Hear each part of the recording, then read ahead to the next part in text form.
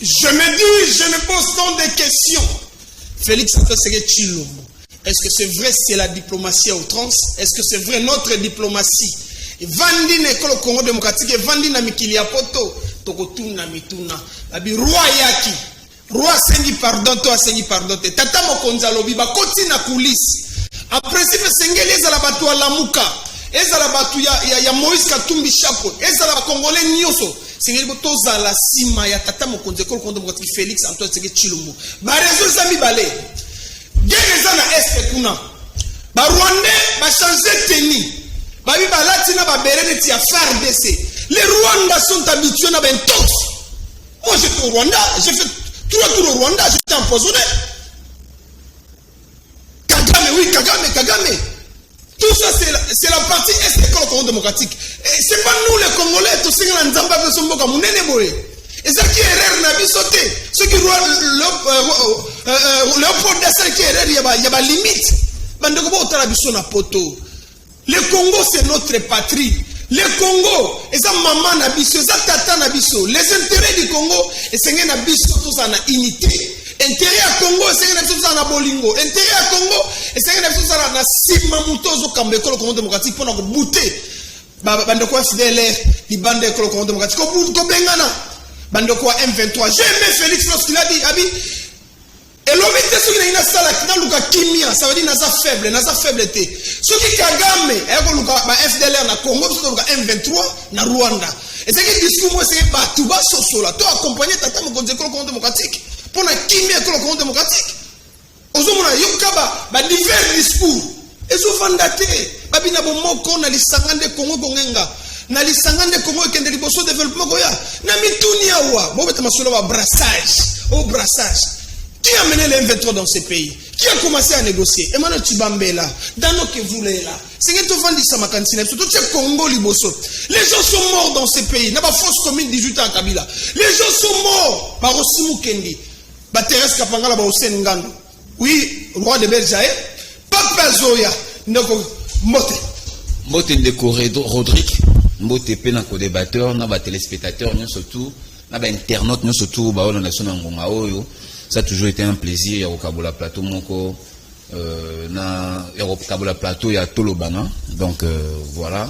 Ata mon occupation est allée, mais lorsqu'on reçoit toujours coup de fil, il y a Mike Kamwaka, collègue à Plateau, il y a Tolobana. En tout cas, on ne peut pas s'en passer de ça. On ne peut pas s'en passer de ça. Et raison pour laquelle je vous dis merci pour cette unième invitation. Je pense que nous allons parler République. Emmanuel Tshibambe, Babi Royer. Quel est l'objectif? Il y a roi pourquoi l'école Congo démocratique et Zalaki pas zone bisabilo ko ba Belge ba yiba et Kenda Belgique et Zalaki pour nani. Quel est l'intérêt? Qu'est-ce que le Congo a bénéficié d'arriver à roi?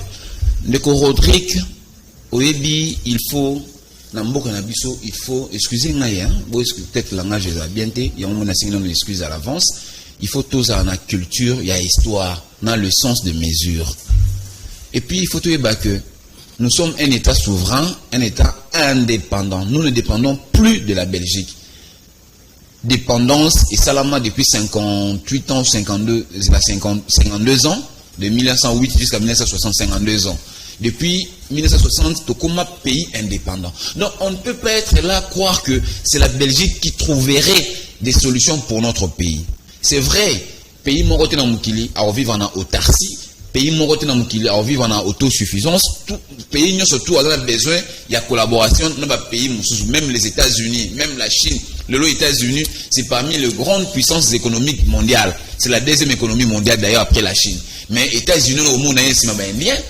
Puis nous luka misolo, nous luka boé, donc tout ça, système monnaie ça va partout dans le monde. C'est vrai, nous la RDC on a besoin aussi d'être pays surtout que avant l'avènement il y a fait que c'est un pouvoir RDC n'a état isolement. Ça on peut pas le nier. Tout ça n'a état isolement. Il y a un ancien régime où ils ont incarné dans mon amboka Joseph Kabila. Comment est-ce que kataki ba relation ba coopération internationale ni surtout à ton do na Europe, na Amérique, à Kenya, ba Asie, na ba Moscou. Donc c'est un peu ça. Alors après l'avènement de Félix Tshisekedi dans le pouvoir, il avait un leitmotiv. Leitmotiv na les choses qui ya kuluka qu'on rétablir d'abord bah lien place fissure et salamaki place coopération katanaki qu'on réactiver diplomatie parce que au moins tolingi mboka so bonga mboka so kende liboso le RDC comme fréquentable par rapport il y a diplomatie enclenchée active. Il y a mon amour fait qui serait tué le mot. Donc il faut commencer par rétablir d'abord bah lien place katana ngana de rodé to beba na to bundaki il faut nous non mais ngana soigner comme ça. Mais apparemment il y a un problème, il y a mobilisation. J'ai pas senti même bah ministre m'a mobilisé bah tout na bango bah chef va partir. Mais j'ai aimé lorsque le roi est arrivé n'a pas ma tête. J'ai vu les gens du Palou. Une grande mobilisation à Palou. Célestin Ngoma maman il a dit Manzumba. Une grande mobilisation. Ndeko Rodrigue en tout cas au peigné point moko on dirait au côté qui na mutema na ngai ndeko na ngai. Oyebi biso d'abord ici na olingana pesa na nos quelques têtes couronnées ya union sacrée longo nyami en commençant par notre secrétaire général Augustin Kabouya, le président Jean-Pierre Bemba ya MLC, le président Bahati Lukobo ya FDC, le président Mbosso Kodia na mona puis moi batu ya CDR je crois partie des CDR. Donc pour ne citer que cela. En tout cas, j'ai senti la mobilisation quand le CG, et puis, mobilisation, c'est la qui à la veille. Moi, je me souviens, le CG nous a demandé d'être là demain. Et à 18h, quand il nous a passé le message.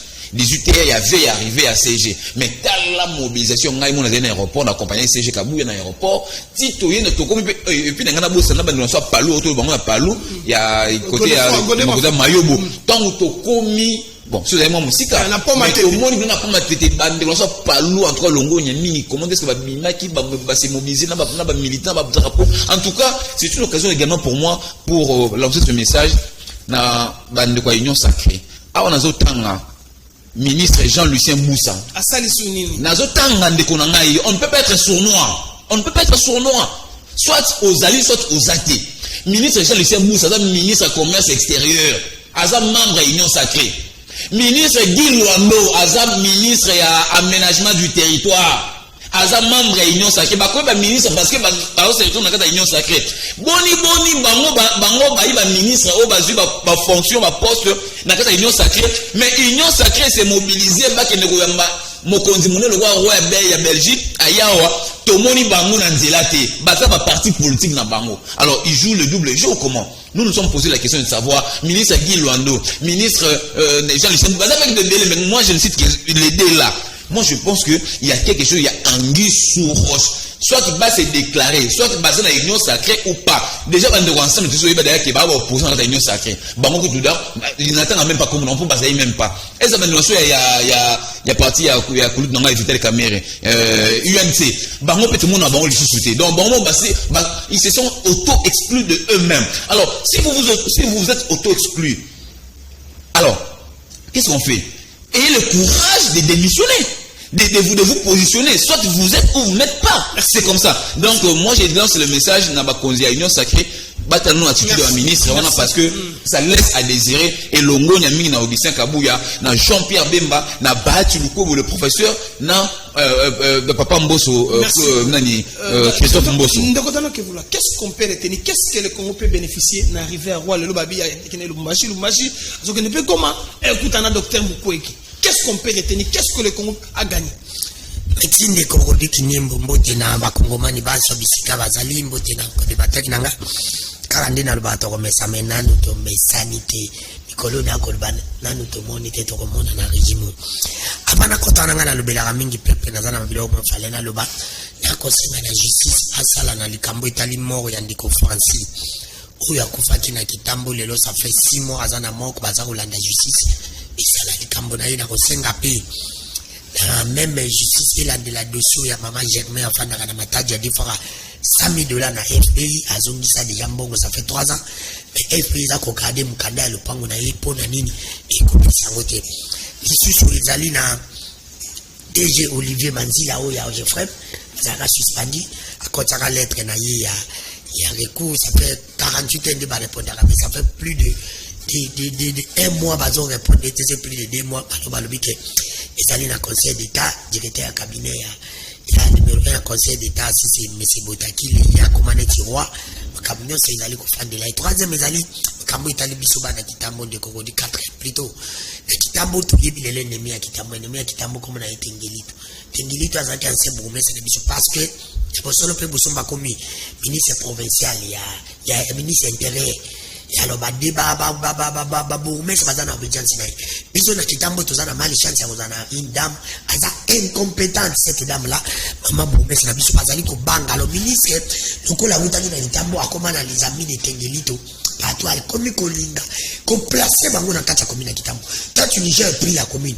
pourquoi lokola oyebi que de mama bourgmestre azana obedience na za ko banga yo komi ko ya ko placer batu na yo ya les amis na ba chef du quartier kolongola batu na bosolo pe bosembo te ko déjà moi appelé na moni makamba ko sala biso to yibisi Tengelito atika biso commune na biso kitambo sino akomona biso na nzela ya ngwana pe kitambo za kubeba parce que kitambo nde zalaki ke alors tout ça c'est Tengelito atika biso commune na kitambo aluka place a kotia les amis de Tengelito na ipa mais sauf na kitambo to boy na biso parce que pona kozonga banda koma député balwani na proposa pona commune na kitambo 0 alors na bosolo pe bosembo ndeko na ngai koya ya roi belge ndeko godi ke et obi ke j'ai vite compris que ndeko la ngai ya pouvoir chancelier na zala ndeko ya IDPS bazana bosolo pe bosembo tala IDPS pona koya ya roi ba mobiliser batu na moni CG na bango kokota na transco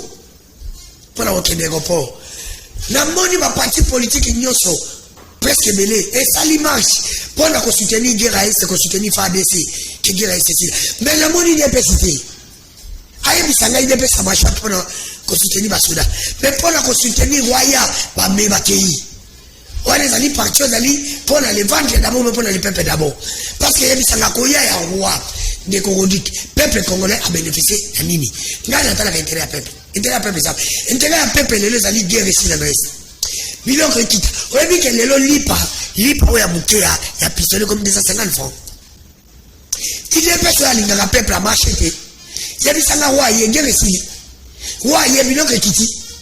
Pourquoi on peut s'habiller au pouvoir au pouvoir ya biloko ba chinois oyo umbe la kate pouvoir moko ya bilokos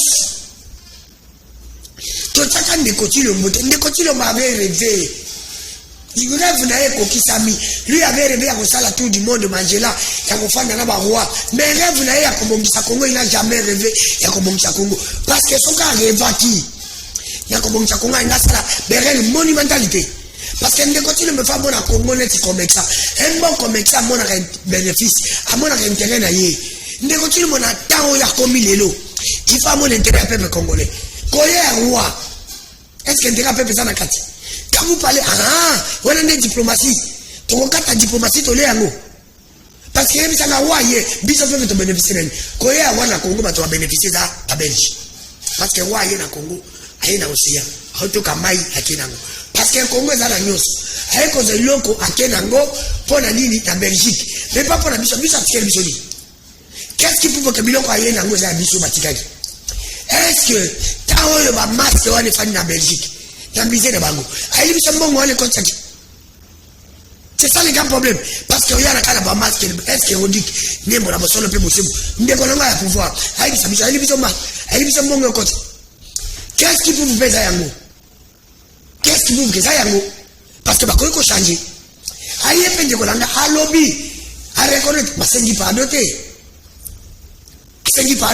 penta la bere moko monumental on de kotilo bako sala wa koloba wa zane tinde kotilo aza président wa za koloba mais de kotilo bako beta kwa maboko est-ce que tu vas me ça normal est-ce que le niveau ya de kotilo en tant que président ya république démocratique du Congo o est à niveau net ya continent encore beta kwa maboko ou bien négocier le fa na calme azali ko analyser makambo oyo homologue na ye azakoloba na liste en tant que président est-ce que oui mais pourquoi discours de roi péché wapi na discours est-ce que c'est pas na discours ça c'est pas li na ngote parce que ko reconnaître parce que pardon merci beaucoup mais c'est pour dire na bosolo pe bosembo ndikulanga bandeko bazana pouvoir ya bilokos ba bisa biso na bosolo pe bosembo intérêt ya peuple za wapi parce que ngai na mona intérêt à peuple ngai na mona intérêt à peuple c'est biso ça la peuple bongi ce qui le lobera est ceci intérêt peuple ça na arrivé à roi ndeko Emmanuel Chibambe ndeko dano abi intérêt peuple na boye ya roi mutuna mibale par rapport il y a discours qu'est-ce que vous avez retenu est-ce que discours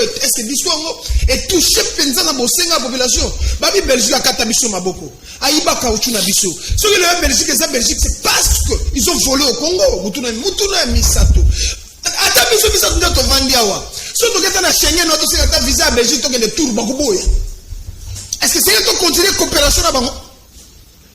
Ndeko Rodrigue, il faut pas tout ça l'amalgame, hein?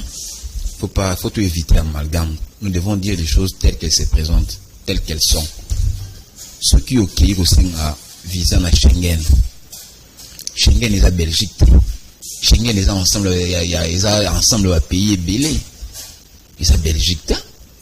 Et puis, moi je ne vois pas ceux qui ont aussi un visa non en bonne et due forme. Va payer là au visa. Moi je ne pense pas. Il faut respecter, il faut remplir les critères, les normes, sur le visa. Et puis Schengen est à Belgique. Belgique est à Schengen, mais Schengen est à Belgique. Donc, quand on a un visa Schengen, il y a le bâti Belgique ou de Boy. Non, ça c'est une fausseté. Deuxièmement, nous avons été colonisés par le Belge pendant 52 ans. La colonisation a duré 52 ans. Ce sont deux bandes de diriger Bisso, bandes de coloniser Bisso. Mbokao avant 60 ils ont propriété, il y a roi Léopold II. Dengue conférence de Berlin, il y a 1884-85. Dengue Bismarck a déterminé que et indépendant du Congo propriété est belge. Yonanga tout ça quitté, Bakoko nanga à l'époque basala quitté. C'est l'histoire, nous avons subi l'histoire.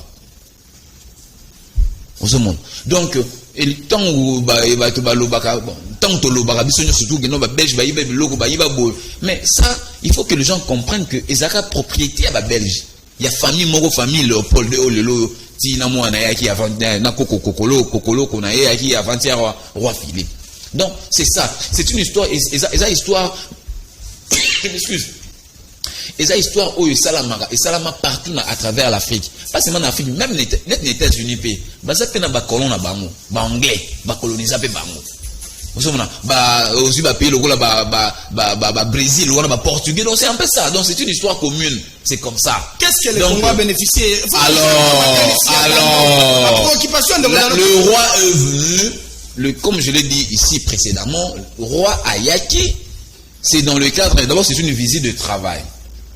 N'est-ce pas? C'est dans le cadre de la diplomatie agissant de chef de l'État au Toloba. Les lois de Konangaï.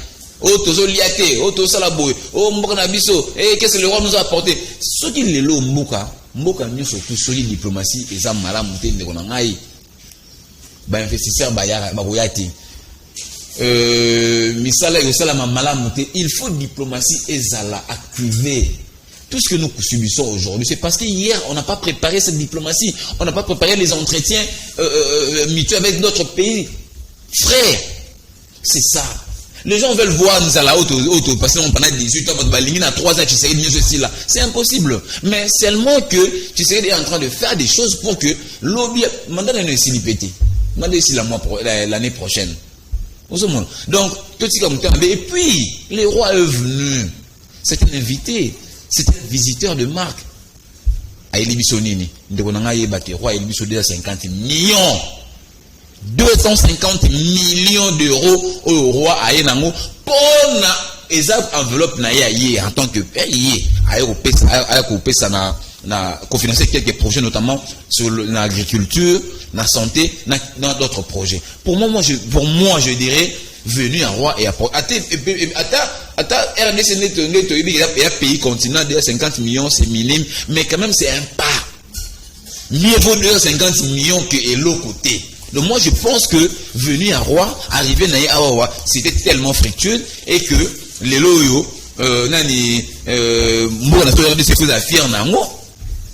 même temps, papa n'a rien en 2010, papa n'a rien en contexte de Moroboué, papa n'a rien parce que il y a une festivité, c'était différent. Il y a quitté dans le cadre du travail, parce que il y avait des festivités, il y a cinquantenaire, il y a l'accession RDC dans l'indépendance. Étant pays où est colonisé RDC, il aurait fallu qu'il y ait une symbolique. Et la symbolique, c'était la représentation du roi belge, pays où colonisa RDC. Non, c'est tout à fait. Donc, les similitudes ne sont pas les mêmes. Oh, le roi Philippe, dans le contexte, il y a le contexte, il y a festivité. Il y a un contexte, il y a diplomatie, il y a chef de l'État. Merci. Oh, l'homme qui est là, qui va combattre Magellan, tout ça. Aujourd'hui, cette diplomatie, il y a Magellan et comme il faut.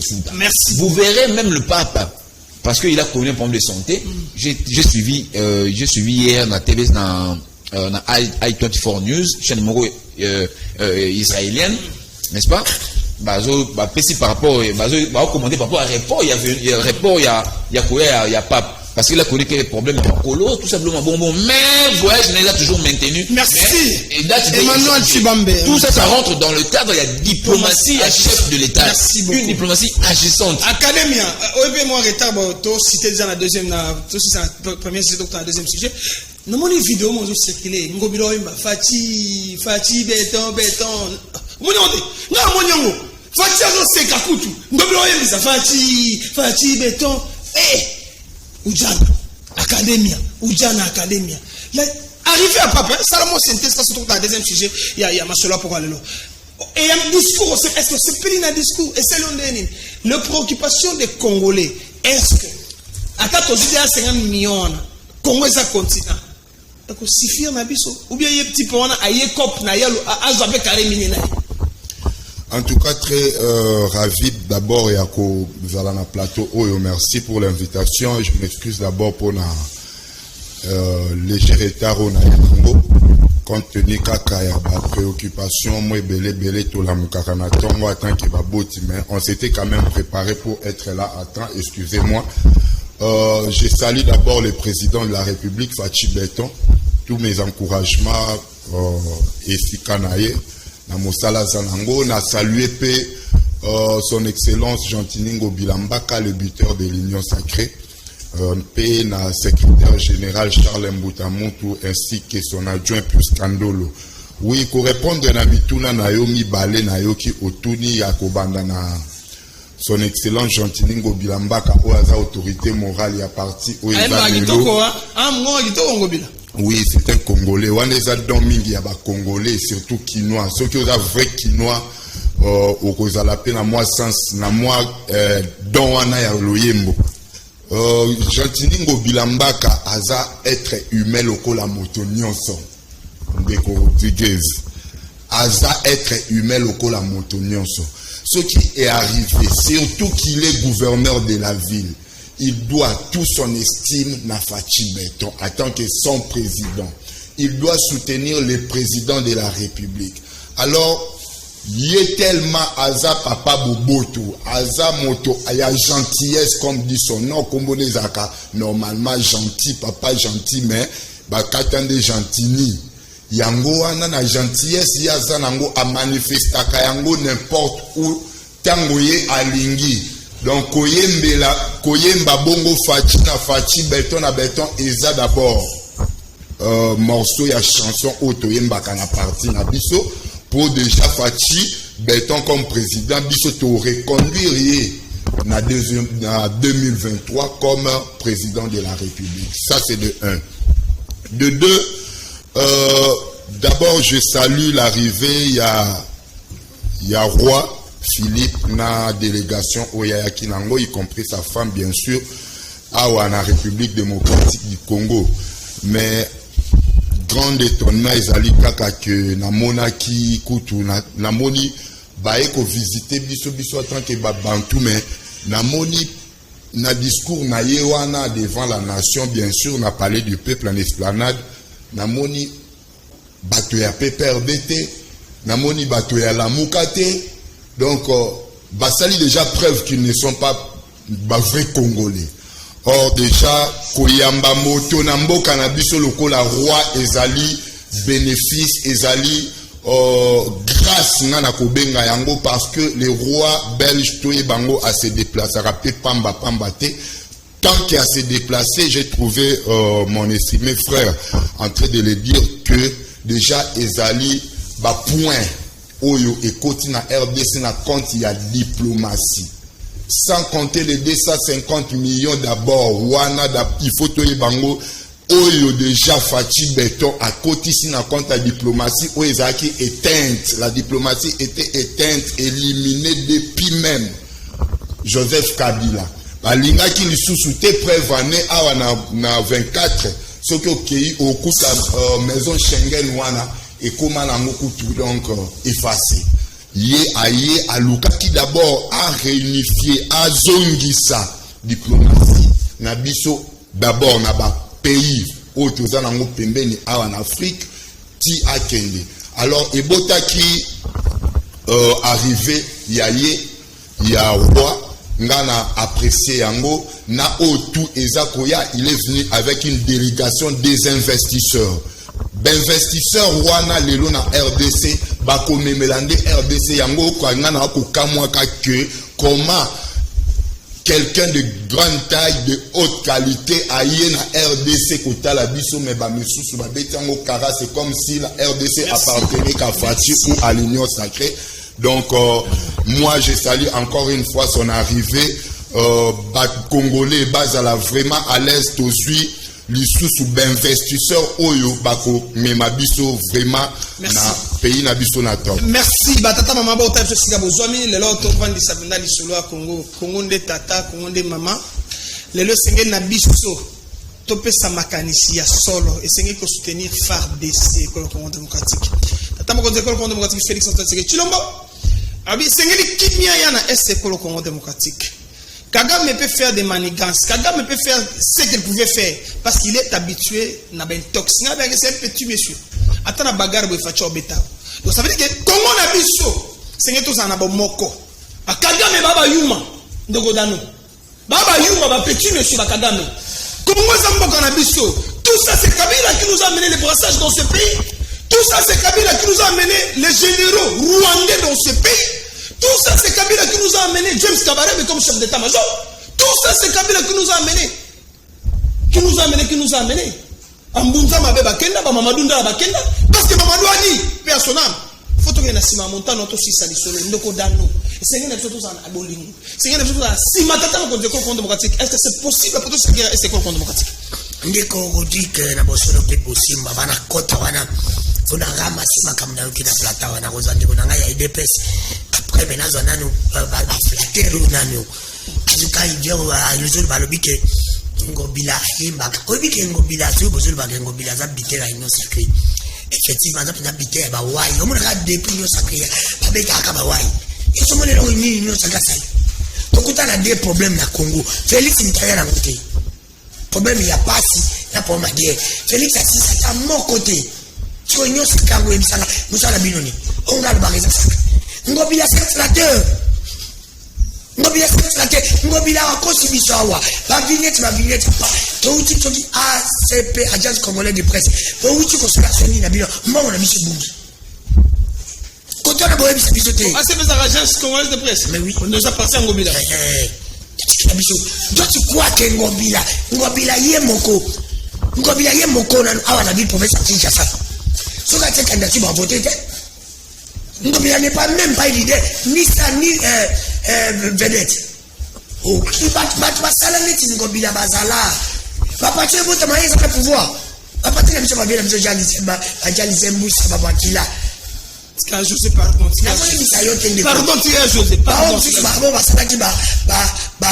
IDPS, tout n'est la mission. Parti à la tu vas partir le bilan, sauf que le monde a prophétisé. Les animaux n'ont pas de Novak. Oui, mais continue le prophète, ça peut être Kabila, bis, Kabila miniature. Azako copier Kabila, Nanios, même à Kamos, c'est pas Kabila. Tu vas tellement Ngobila, ça la banane, pas Kabila. Mais continue le pratique. Qui Ngobila? Ngobila, la ville n'est pas dirigée. La ville n'est pas dirigée, c'est Ngobila. Et Ngobila, tu viens au plateau, le jeune, tu parles de Ngobila. Oh.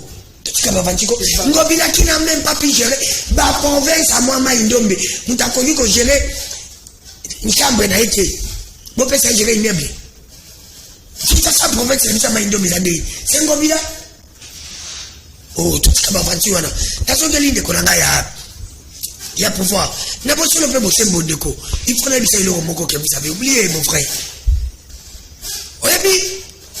bosolo ba monta ya mbongo est-ce que na bosolo pe bosimbo 250 millions RD César ante guillemets na continuer te faut bien vous makasi bien na biso Didier Bidimbu halala kawa soka kendaga na ane ante guillemets balobaki combien c'est pas 200 quelques na Congo n'a pas un problème de millions yo solo baka oya ye nango bongo ya akozo akoke nango parce que la diplomatie ça va intérêt na ba intérêt ça va intérêt. Toi tu crois que roi aye lelo ekotika ka 250 millions pour la RDC c'est bisa na roi aye roi ya yanti na eto zaki na 55 50 ans na biso indépendance et pas Kabila to bénéfice nani bongo roi ko zonga nango lelo bande ka pouvoir comme le bani on de koti lobo tati beto majela avant ya la peine abatebele wa pa ina 350 personnes bile mo kopia kaka ya mabe. Il y a nous la situation. Tu n'as quand on a rencontré na bosolo pe bosi ndeko na ngai on va na pouvoir yebi sana peuple o ya zepa na province kabilo abele fina ko ya wana ni abe lelo bango ba komo le kabilo mais lelo ko sala ki mo sauver l'élection de Kotilomo na 2022 za ka peuple bon social la peuple et ça ko ya wate et ça ko ya papa te malheureusement akoya na epesute apusi et ça libile a conseil ya matite ya wengete. Et ça libère, oh ya peuple, bon salinini, vie sociale ya peuple, bon salinini, madame a payé 5 ans. C'est ça le grand problème. Bon la carabiso, bon saliango. Yebisa ngaina yo na plateau, oh bino bon la carabiso bon sala. So l'ingio bon salinga na ko rappelle bino bon la carabiso. Bon la carabiso to comme état major, to état major général, to comme allemand allemand d'Afrique. To comme alelo, to soda congolais so mamunduki, soda congolais so manda, soda congolais vie sociale ne ko bonga. Est-ce que vie sociale va se bonga? Est-ce que tu comme Allemagne d'Afrique? Est-ce que tu as vu salaire à président à la Carabissote? Est-ce que tu as major général qui est naïs? Même la Carabissote pas qu'on a la mandat à bino. Même la Carabissote que comment? Ou à qu'on a la mandat à bino. Botika qu'on a la situation c'est bino. Oh bino bolo baka na biso qui na bosolo pe bosimo. Nous acceptons mbongo ye mon frère et ami. Est-ce que mbongo wana so que ye to monengo tokomona misale sana ngo tokomona misale ko sala nango tokomona ya mbongo zake yo yebi pepe na biso na kazali mbongo ya we yaki totia ngo na papunzela ota pepe amoni ke banzela ne sili to ko bakeno tala ko ya wa e yaki mbongo na biso mataka ona banzela par exemple ota. C'est ça le grand problème. Est-ce que mbongo wana revient na mbongo de mondialisation à détriment de la région ndeko dano na tunio motuno ya ndona materi station secrétaire ko makambo etali insécurité na ville problème nani na Congo ya ese ndeko na ngai na bosolo pe bosingo faut pas valer la face dans le bilango ndiko Kotilomo à mon soutien si c'est pour finir la guerre la est a violé constitution a violé ceux qui face à l'alliance na diable pour guerre wali sila à l'alliance pour biso peuple donc ça l'alliance na diable pour to binga na ndiko Kotilomo de 2023 na fin parce que ndiko Kotilomo so ka sisi gente c'est bisa na sisi a bon qui social na bisote. Parce que la bosolo pe bosemo de Korodi, tu peux pas oublier que moko est comme skin de Kotilomo président, ils ont moko, ils ont changement. Tout le monde avait voulu que Kabila qu'il y ait un changement et est-ce que les lots au côté la miko na olobi que miko nga il dépend ça comme changement. Changement na plat nini parce que c'est le diplomatie. Aya abosani tena zongele mke pardon. Ayi que Belgique wana bazala kapena Rwanda ezala ki bango papesa kango banglais. Est-ce que Belgique azali na continent na nation de comment na Union européenne azali pays mukema apesa kama kasi. Est-ce que la Belgique a déjà pesé pour la RDC? Merci beaucoup. La Belgique a déjà pesé pour la RDC. Pour les lots de konanga biso to fandi sakwa mbongo pe na kosenga pe na chef akende ko dité ko ya wa Belgique. Merci beaucoup. Pour la mbongo dépense. Ndeko Emmanuel Tshibambe, population de biso, quelle sera la vraie donne? Est-ce quel sera notre soutien? Notre soutien doit être, nous peuple, doit être à quel niveau? Notre soutien est aux na position ni pour nous soutenir tata moko dekolo contre voici Félix Antoine Tshisekedi Tshilombo. Ndeko dano abi il faudra signer les accords avec les diables pour que le Congo soit indivisible. Peuple a continué de Tshilombo a signé. Et abi ceux qui paient pour na kimie zonga libela le chef de l'État Félix Antoine Tshisekedi Tshilombo azana soutien. Ndeko malbombo quoi. Ndeko Rodrigue. Je ne cesse de déplorer le comportement du Congolais comme des Kézali. Oui, Hermoko, on se pose la question. Ezakaka parce que au ligne pouvoir, au ligne régime de Tshisekedi ou bien Eza parce que il faut kaka au loba pour kaba ba mona ke au loba. Comment quelqu'un peut réfléchir que roi Soraye, il faut apporter les bisous et l'euro? Comment ça? Comment Moutou, vraiment un homme sérieux, avant de dire lobby, roi il faut la solution. Notre banadébio que nous sommes un état souverain. Mon père, mon côté, on a une solution. N'a pas lobby, mon père, a écouté la biso. Il y a le rôle à yo, il y a beaucoup de yo. Attends, ici au classe. Ou bien papa, maman, on est beaucoup la biso. Attends, ici au classe. Papa, maman, on est au talon en daf. Parce que papa a des marques. Au sommet, le papa m'a sang, au sommet, maman, papa, bilo, au lait, na souka, avant qu'il papa, si moi, enveloppe, à moi, n'a, tire la tête à moi et loco. Pour au sac à moi, n'a. Est-ce que c'est pour autant que le bataille, attention aux millionnaires, c'est l'argent pour autant que non, aux enveloppes pour papa, papa, ça papa, maman, ça maman. Moi, mon ké, on a, y et pas na yo, ça, moi, mon père est au tabiso. De son propre gré, de sa propre initiative. Alors, il y a un qui est dans Mboka, Oyo, to colonisa. Entre autres, tu bien belge, noko. Donc, on va, comment, neveu. Alors, il y a un qui visite, un neveu, c'est une visite de travail. Une visite, tu vois, alors, bon, il y a quand même un bon sens, n'a qu'à être moins enveloppe et à mon pied de sa propre initiative, elle ne fait autant de ma bonne côté. Et comment vous voulez que nous refusions cette enveloppe de 50 millions? Dans le bien que non, par rapport au RDC, pays, le RDC, c'est minime. Mais on ne peut pas refuser. Et c'est que moi, il y a mon quoi, lobby, on a un point de presse, n'a pas de nation, lobby, qui a pour financer le secteur, il y a agriculture, il y a santé. N'a moins enveloppe où il y a. Mais pourquoi ne pas saluer d'abord le geste? Quoi qu'étant minime, quoi qu'étant mineur, pourquoi ne pas d'abord saluer que non? En tout cas, mon paya, moi, enveloppe, voilà, et kosunga. Mais vous verrez que les gens rejettent tout en bloc. Ou bien en français, animosité viscérale, contre nature. Il y a un mot au monde. Ça, c'est une animosité. Moi, à leur place, c'est que je ferais, roi, hein? Félicitations, une enveloppe, combien? $1000. Tout ça, il y était. Yebisa nga mutu mwa monino na pesa na pesa mo exemple mke lobby na uti na nga tambola na leki na mwa ifasine fa na rendez-vous na mina nga mo za assistant wana na ko mwa moni kulutu moko boye Emmanuel merci vraiment na ndaki mission moko boye na CP non mais zota o tu fais transparence boye 20 000 francs de son propre gré na boye ngo bonne manière na ko boye ti na zui ateza na mo muki mais pour moi c'est symbolique. Moutou n'a habité. À cette référence dans mon émission, c'est symbolique. Donc, ça, c'est de l'animosité. Il faut changer le narratif. Vraiment, le changement de narratif au patrie Mouya, excellence Mouya Zoloba. C'est ça. On doit changer le narratif. Quand les gens pensent qu'on dit on doit changer le narratif, c'est ça, qu'on change Koloba. Non. Non. Nous devons changer vraiment même comportement la manière de voir des choses. Non, mais je dois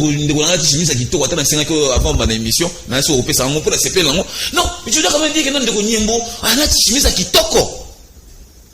le roi est opposant, non, chemise à kitoko. C'est ça. Nous devons bannir ça.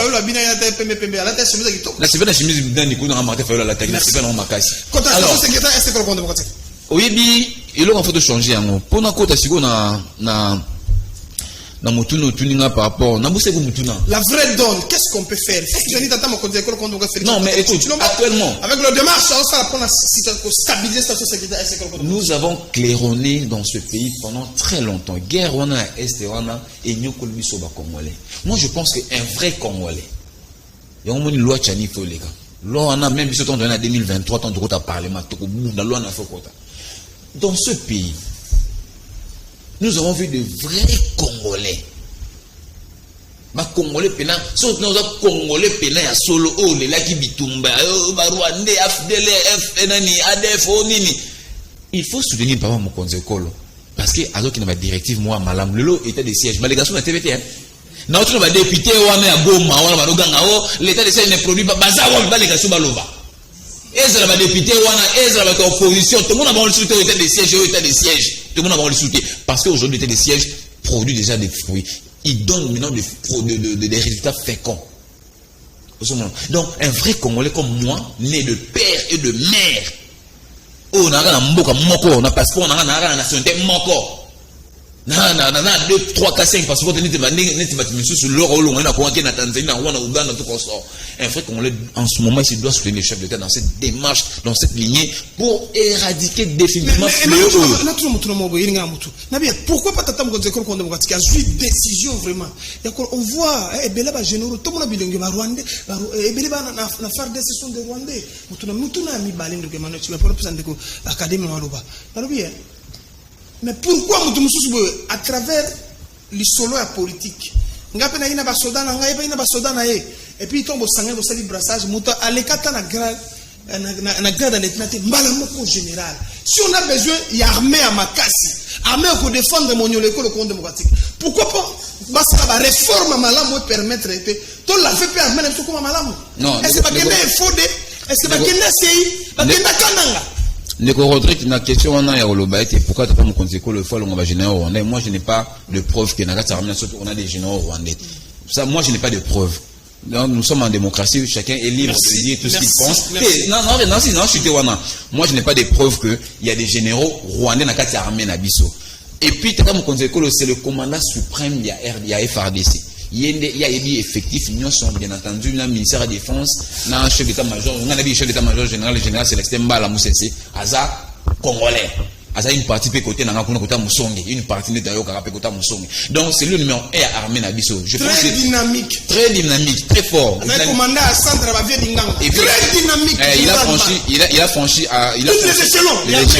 Oui, il est très dynamique et puis à côté de la vision merci beaucoup. Il y a aussi la guerre voilà. Alors s'il y a des infiltration dans l'armée à travers brassage s'il y a eu des éléments allant dans ce sens là par rapport au mixage au brassage Joseph Kabila Sala je pense que dans les jours qui viennent merci ndeko académie pour compétence basana pour que ba trouver solution il faut tous là na bomoko na unité na sengono materi ba ba kufana na est école démocratique kana kenda ba côté wana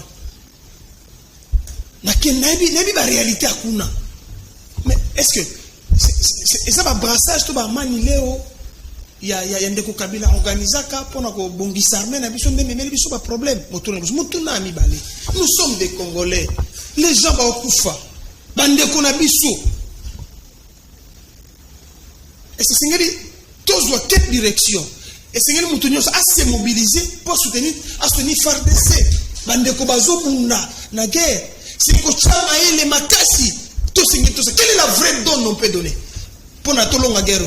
Merci ndeko di Chris nandaki na balayer moi bosoto ndeko dano lobi awa moi ça m'étonne yango mona bandaki na introduction na ngana bi comment na moni bato misusu na arrivé à pape na tangende ba congolais peut-être na tanga ba komba parti politique mais ndeko danu na yebi na mona ko ermo salaka bémission na yo en tant que journaliste malgré que aoye comme journaliste était nangina rappelé que je suis communicateur de l'ACP.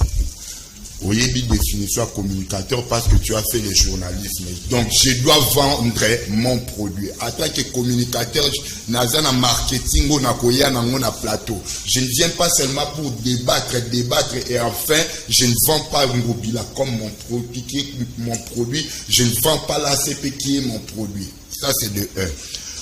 Vous parlez de Ngobila, mais flatteur, ça lui concerne. Bango Bayaka na ba mopo population attirée bango. Batana obe na ebisa bino ba mukeba ibanani bobuswaka. Pardon. Pourquoi na ndenga non, s'il te plaît. Écoute d'abord. Non, Académie s'il te plaît. Mukeba azana la plateau, tu peux pas citer son nom. Non, n'attends na ndenga mabete, na pese exemple. Voilà. Ça va proposer pour l'intérêt na pese exemple. Bango nde bazwaka ba mandat ya okomba ba député na kombo ya batu ya koloba ba momoko boy insensé na plateau pour population kinoise sepela bango ba pesa bango ba mandat yango bandeko nous n'avons comprendre bah na style wana toi bannir style wana vous parlez de Ngobila meilleur les Ngobila bazolo ba azan meilleur politicien bazolo baté ceux qui osent informer je t'informe il faut autant qu'à tous les jours les meilleurs politiciens na Kinshasa c'est Gentini Ngobila Mbaka meilleur politicien ou hasard populaire c'est Gentilningo Bilambaka. Donc il faut tangaka trop pour question on en répondre une minute. Merci. Ville n'est pas gouvernée. Bah phrase wana bozo lokota kawa pinde konanga. Si la ville n'est pas gouvernée, tu ne pourrais pas venir sur ces plateaux bandolo balo bébé. La ville est gouvernée. Yangozo mona banzele zotongama. Aucun gouverneur ne l'a fait depuis 1960. Aux journalistes, il faut payer bisaba ton émission na yo. Aucun gouverneur a sali banzela. Aucun gouverneur.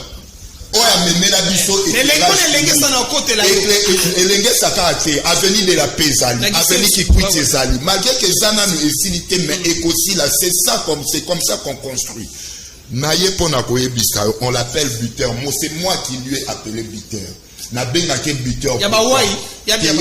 Buteur a wai azarate. Ce que tu es binde ba benga ko buteur. Aujourd'hui, Elenge c'est aussi aujourd'hui, l'Engue c'est les cocottes en actif Yafachi. C'est pourquoi je l'appelle buteur. Et aussi là déjà. Pas Bongolo et si le buteur pour marquer bien à Kata Union Sacrée. On buteur te Alifanda Union Sacrée. Babiloko Yazo Sala, éclairage public et abus à Tché. N'a pas toi Union Sacrée Bélé Baosala Moté. C'est pourquoi moi je lui appelle buteur. Oyazana Kata Union Sacrée Zako Tchaka Babina contre Fachi Béton. Il mérite le soutien. Arrivé à Rwandeko. T'es arrivé à Rwandeko. Et la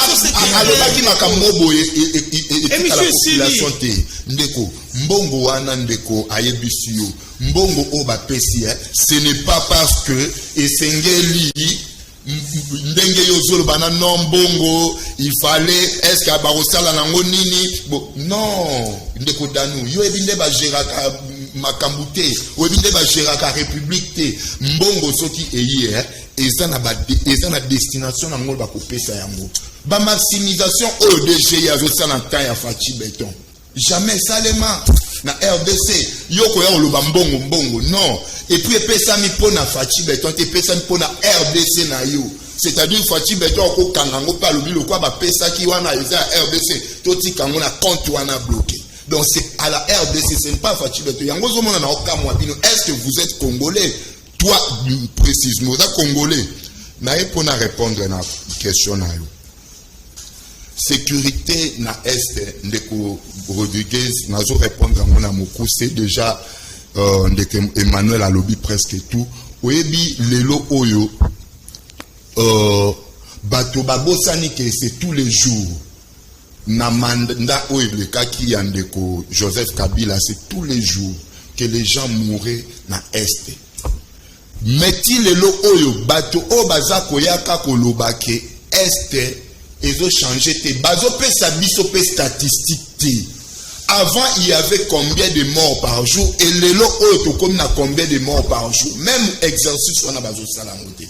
Alors, biso na Union Sacrée, République Mombana Est va constater que depuis qu'on a instauré l'état de siège na Est, il y a eu déjà ba mort bazali susu mingi te banzela oyo bato banda okota bilanga bato bakoma koleka yango bakota bilanga ba mama bakenda kabilanga. Alors makambo ya Est na sécurité ya Est, moi je dis que nous avions progressé. Et si que ce que le but pour la guerre direction moi je crois que même les Rwandais eux-mêmes ne sont pas d'accord avec la guerre. Bokansate les Rwandais, la population rwandaise ne voyait pas Kagame comme vous le dites, même Fachi Obete. Même la population rwandaise quelque part, bazana pour sa guerre. Même nous ici en République démocratique du Congo, économiquement nous allons encore faible. On doit l'avouer. Et alors, token de la guerre, pourquoi? S'il faut tout ça là-bas, comme diplomatie, il y a dialogue. Merci. Président de la République, c'est un dialogue pour que la guerre prenne fin. Merci et puis, merci na moni monsieur Silimi na oyebi sabatelo mo na bosolo ke bosi. Ayoki makamonde ko nanga lobi awa. Alobi tozabaza premier bazali premier na babiloko na ba recette na bato. Mwindeko, tu as oublié aussi mais vous avez premier na ba détournement. Obi ke régime de pays bato ba détourner belé. Obi ndeko ko ditu na ngani.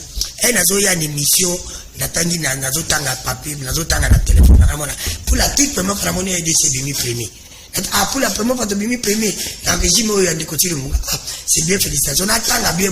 Tu n'as pas premier premier année. Tu as mis premier pays n'a pas promesse. Depuis 2018, quand tu as mis premier pays n'a pas promesse. C'est pour te dire que depuis les côtés, on a promettre de bien se belé pour ne rien produire. Alors, il y a tu as mis premier premier. Les Congolais, ceux qui vont passer sa guerre, qui va finir la guerre? Est-ce que ça a une année de plateau? C'est pas nous. On ne peut pas finir la guerre na konganga na kolata bilamba fa adesi na koya na tebe koloba bafilasi sa la guerre basuna moyen nini bapesi na armée est-ce que ndeko tilo mbolela na majorité pona nini te abendi congrès ameka ko revoir encore budget armée pona nini te bazimbongo yo soki toza état souverain nous acceptons mais maintenant soit bimbongo papa soki royer nango basa ngba boka na armée ole ka tofa priorité na budget d'habit social na armée mais les longues guerre na bisa est soki basukira mso bana konisa bana mtema 600 c'est pour te dire que guerre oyo utaza la base ndenge lobby zaki kabila les ans de kotilo parce que ndeko rodique avant na ngana za na proposition mona ko chité avant to ça la deuxième proposition bato bano bakabito cha mi bisona ba Rwanda il faut na to signer guerre na ba Rwanda to beti bango loka to gagner bango côté libango to annexer Rwanda na Congo na sima to ko cha mi parce que soki ndeko tilombo ate énergie na yi organiser armée na biso parce que kolongo la ba major bango te problème ba généraux bazali olobi bobi généraux nani numéro 1 na biso armée mbala biso mbala za makasi bravo oui j'accepte mais ba moi ni ma petite à disposition na yé c'est ça le grand problème nous avons un problème merci nous et là qu'on Rwanda l'équipe biso comme pour la toute première fois au Rwanda l'équipe ADC ils ont la première organisation merci beaucoup Rwanda l'équipe biso organisation mais nous c'est tikali merci beaucoup to ko annexer Rwanda na RDC so beaucoup saka niveau ya mbaka to ko annexer Rwanda on Kagame, tu as fait beaucoup de jeux. Il faut éviter ça, cette politique, il y a une tox. Monsieur, on ne va pas te donner le temps. Sentir frappe, il y a fait que ça, c'est que tu l'as. Qui m'y a au revoir, merci.